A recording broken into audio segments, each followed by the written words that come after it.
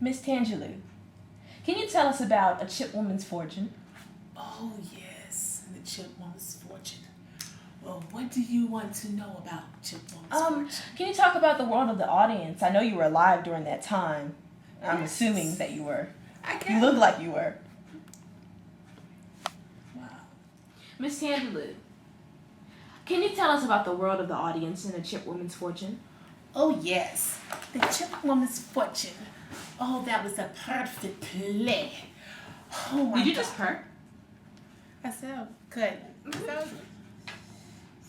Miss Tangelou, can you please tell us about the world of the audience in a chip woman's fortune? Oh, yes, the chipwoman's fortune. Oh, that was a marvelous play, darling.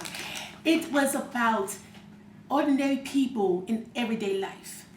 And it was the most perfect play at that time because it wasn't minstrelsy and it wasn't, how to put it, it wasn't propaganda.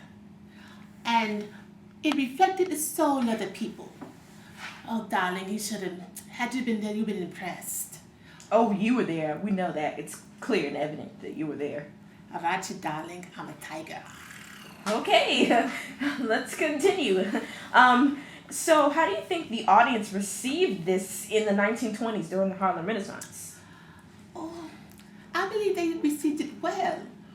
It didn't get the promotion that it should have gotten.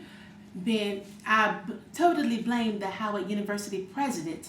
He was a white man after all. And because of the dialect, he did not want to put it on stage. Can you believe that, darling? But to answer your question, the audience... Yeah, that's why we're here. Oh, I like you. Very. Yeah. The audience received it well. There was no heroes in the play, no villains. It just showed ordinary poor folk in a rural area making everyday choices that we make in our own lives. Oh, that's very, very fascinating because you were there with the first-hand account. Mm-hmm. I can only imagine. And the next question I have for you is, why do you think A Chip Woman's Fortune only lasted on Broadway for a week? Well, like I said before, it didn't get the promotion that it needed. It started in the Ethiopian theater, and it went to various theaters, but it did not have the monies to keep going. And I also believe that because it did not present at Howard University until later, it just didn't get the promotion that it needed, darling. And which was a very sad case. That's devastating. I'm sure you've seen a lot of things throughout history. Yes. Yes. Done a lot of things, yes, too. Done a lot of things. Yeah, it shows. Well, thank you, Miss Tangelou, for your time No problem, darling. in discussing the world of the audience. Oh, one more question. Yes. The character Aunt Nancy, I'm sure you can relate in terms of age.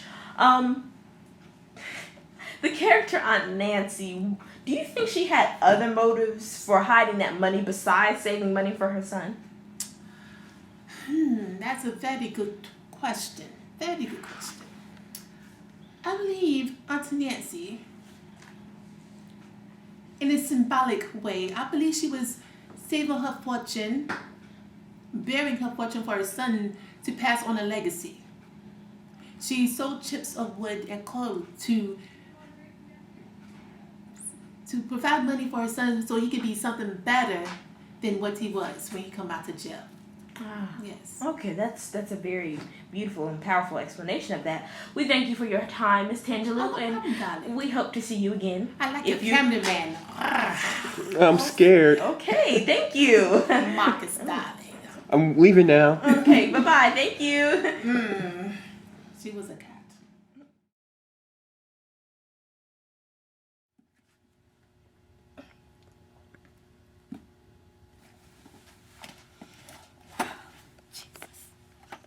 Excuse me, Dr. Castor. I have a question about the Chip Woman's Fortune. Is everything okay, Dr. Oh, my God. But I understand, Dr. Castor. Just give me the book, Dr. Castor. I understand. You just don't want to know, but you need to know it's your history. Just give it to me. Relax.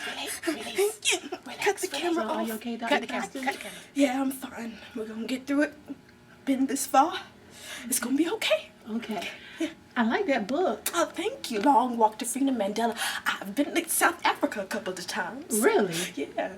How was that? Oh, that was wonderful. I felt like I was home, the motherland. And then I took some of the dirt from the ground and put it in a vial and put it around my neck.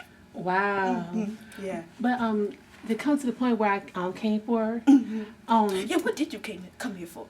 I have a question about the dramatic text of the Chip Woman's Fortune. Someone hasn't been looking at their black drama lately. I have, but I just have trouble understanding some of the dialect and everything. Oh, the dramatic text. Okay, see, when we talk about the dramatic text in a Chip Woman's Fortune, it's folk drama, meaning it's going to be in the rural South.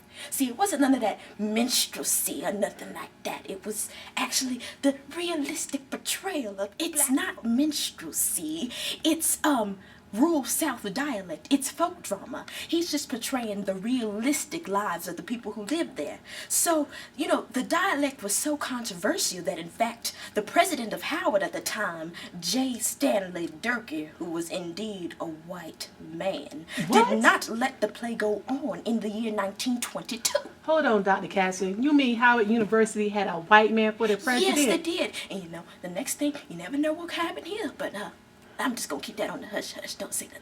But anyway, the dramatic text is a very realistic portrayal of the people during that time. And you see, if you read the play, did you read the play? Yes, ma'am, I did. You sure? Yes, ma'am. Because you wouldn't be coming to me if you read the play. Anyway, if you read the play, you see he uses the words a lot for the characters. And it's not to make fun of them. It's not that chucking and jiving that you see. No, it's not that. So you see that the characters are just portrayed in their normal way. And he uses these characters to kind of give America a sense of poor black America. It's not just that they're black, they're poor too. And it's not sympathetic. He doesn't say, oh, these black people, oh, they're poor. They're not feeling sorry for themselves. It's just reality. And he gives the audience a chance to see if the characters make the right or wrong decisions. It's all up to audience interpretation or what have you. So does that answer your question for dramatic text? But Yeah, kind of. Kinda. Yeah. What else do you want? Okay, you said that the dialect and stuff was rural and everything. Yeah. So, and they weren't making fun of the people. It's They were not making fun in a minstrel way as they had before. You know how I feel about it. Yes, ma'am. I'm not gonna cry. I promised myself I was not gonna cry on this camera. So can you tell me why Willis Richardson, wrote it as a folk play instead of a serious drama? He wrote it as a folk play, I think, because the rural black South is something that wasn't portrayed. You have, times again and again where it's musicals about, oh, I'm chucking and jiving, just shuffling along. No disrespect to Shuffle Along or any of the other great black musicals written before, but he wanted that real life to hit the stage, and I think he did a great job with that. And people think A Raisin in the Sun is the first folk family drama. No, it is not. Okay, it is a Chip Woman's Fortune.